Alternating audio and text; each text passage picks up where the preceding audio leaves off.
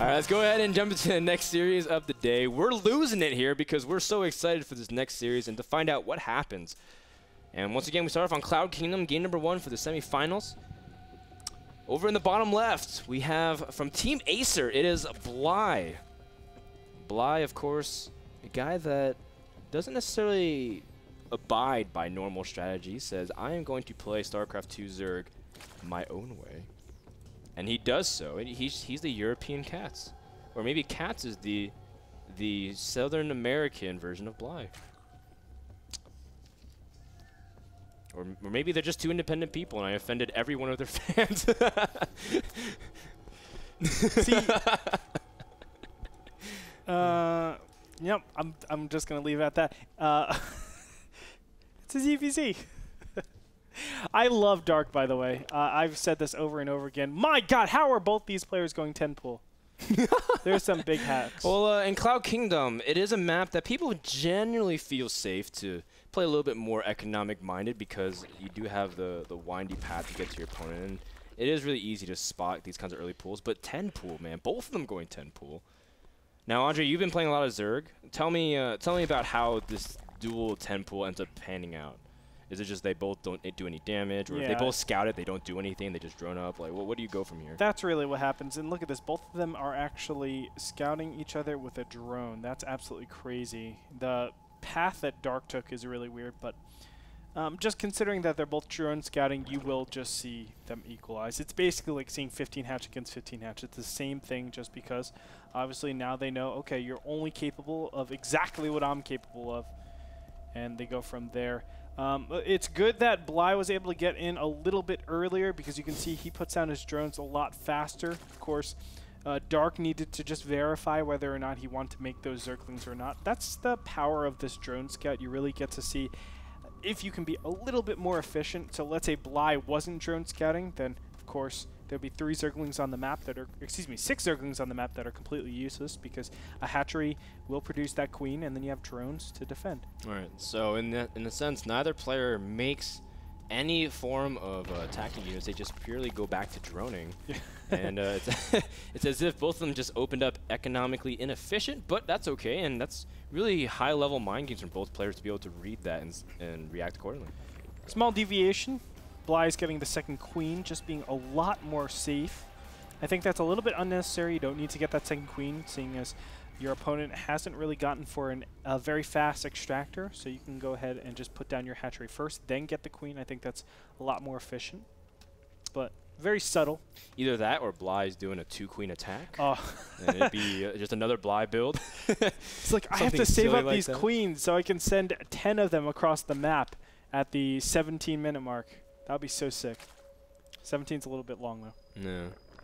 But we'll see how things pan out from here. And, of course, I mean, in the end, it's all about style. You know, in the end, a person kind of favors safety over greed, and as a result, we'll see how things pan out. But in the end, there's no real large difference. Now, Andre, let's go ahead and talk about ZVZ on Cloud Kingdom itself. What do you like about this map? What kind of styles do you think are really strong, and especially based off of the fact that both these guys are kind of unorthodox? Dark favors mass infestors, and Bly seems to just do whatever Bly wants. Yeah, infestors are the way to go, 100%.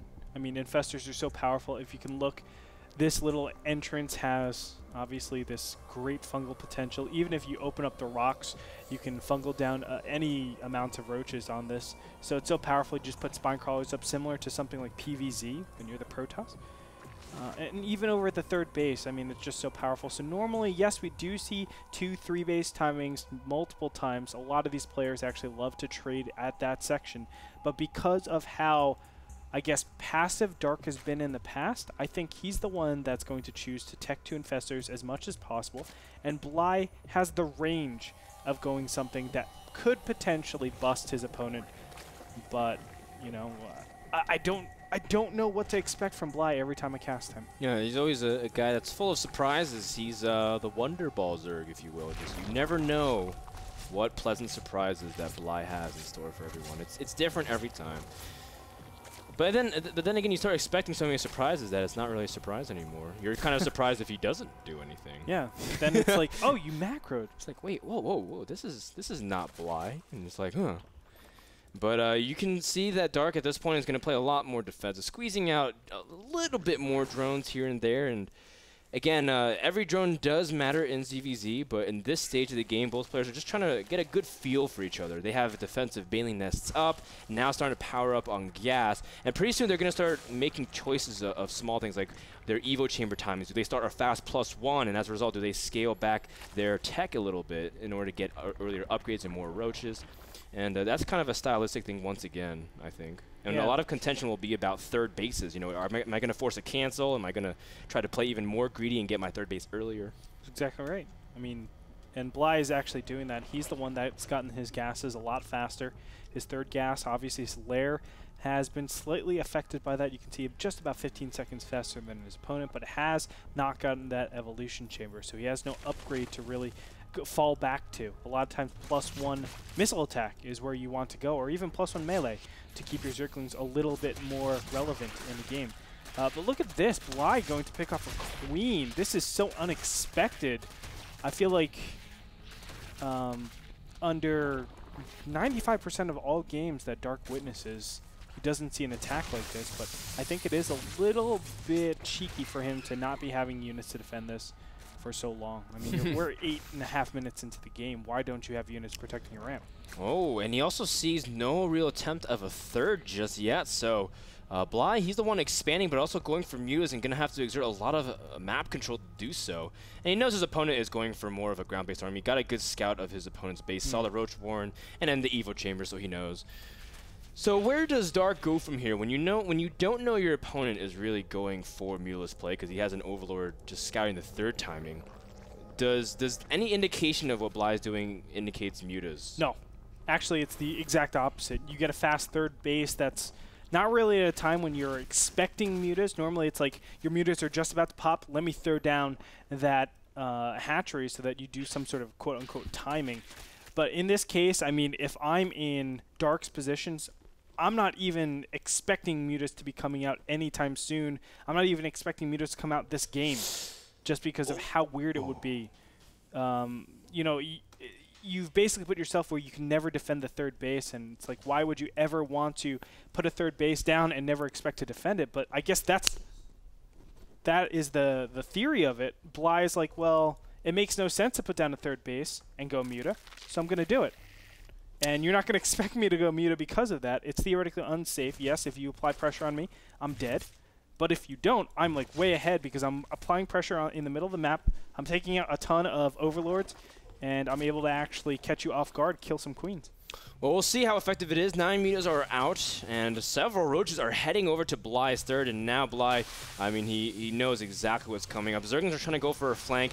And this third will be end up protected, but also another counterattack of Zerglings also going across the middle of the map. So Dark's going to try to pull his opponent's attention which way and try to get ahead economically, but realistically, how much damage is this going to do? Oh, the Spire is very exposed, and most certainly that's going to go down. There's no way to actually defend that. In the meantime, the roaches are being taken care of, but it takes so long for Mutas to actually do anything at all. And down goes the Spire in a little bit. At this time, I mean, Bly is completely just legs wide open, man. He is not looking good. Yeah, you know, I didn't see how much damage these Zerglings would do because at this point, Bly didn't have all his mutas actually defending. He had all of them in the middle of the map, and he's losing way more than he ever should because of it. And now, as a result, Dark's able to pump out some Infestors in response, but it's before Pathogen Glance finish because he wants to value his security. Now, the thing is, Bly does have that third wide open. If you can take it out and trade and re-drone up, mutas can, you know, force a mini comeback in a will. You know, you can pick off free things here and there. It's very nice. I mean, Zerg's anti-air is very poor without Infestors out into the field. And Bly's going to pick off whatever he can, but in the end, he has to do some significant damage to crawl himself back in the game. Yes, sir. Oh, my God. The Infestors are out, but they have no energy. As you were saying, Frodan, no Pathogen Glance means you don't have to worry for now, but that's a lot of queens. And he's going to dive on the Infestors. Really, really intelligent, but there, the Pathogen Gland Infestors pop out. And the Infestors are walking directly over the Mutas. Ooh, Bly gets a nice pick off here. Going to also target down another queen, but has to get out of there. The third has been killed, and that is all Bly wants. Although the drone count still does favor Dark, in fact, because Bly has no queens on the field. He has no queens on the field, 0. Yeah, that's unfortunate. And now this Roach counterattack is going to do an excessive amount of damage. You can see, yes, he has infestors, but not really going to do much. In the meantime, Zerglings are in the back over here. Bly just not capable of holding any pressure at all. He wasn't actually wanting his opponent to respond like this. The counterattacking style is pretty common, but what he was looking for is, hey, just play defensive, play inside your base, don't worry about it. Hopefully you tech the Hydras, that would be cool. And then obviously he's hard teching directly after that into Infested. But Bly just so far behind in this game because he wasn't expecting, I guess, his opponent to actually counterattack. Yeah, this high aggression style. Oh, a couple Infestors getting picked off as well. Bly, that stings so much. And the great aggression attempts here from Slayer's Dark to the point where Bly is so hurting for his economy. The queens that were coming out were immediately getting sniped. So were the Infestors. Bly has not really been able to get up his Larva Injects again.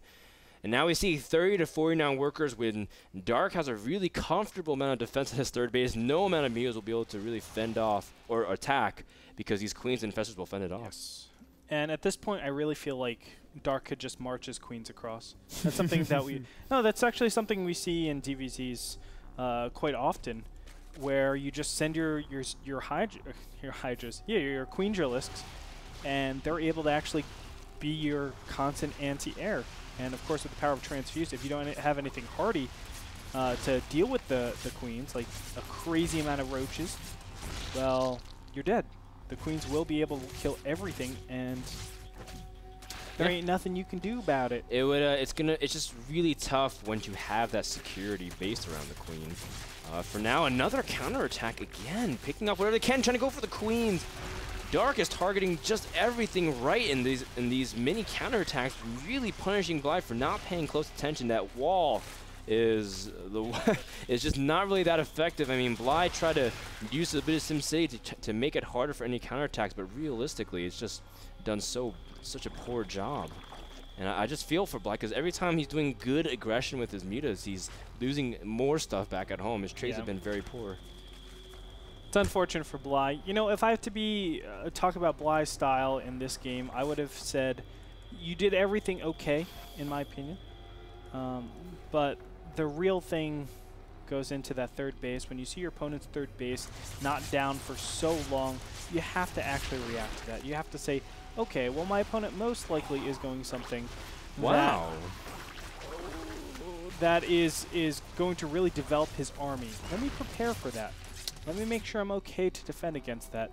And, you know, obviously he didn't. I would have said just Spinecrawler this area right here, just a complete Spinecrawler wall. Let your third base go, and then trade damage. Of course, your Mutas are going to do a little bit of damage. You've mined a little bit as well from this one base, and then you can actually salvage your position a little bit better. Something kind of neat is that he had the Mutas spread out for vision and also had them targeting down the Infestors individually and dodging Fungals. But, I mean, there's just so much Infestor energy, and the Queens can come transfuse, even the Infestors as well, but no need. The Infested Terrans alone can clean up this entire base.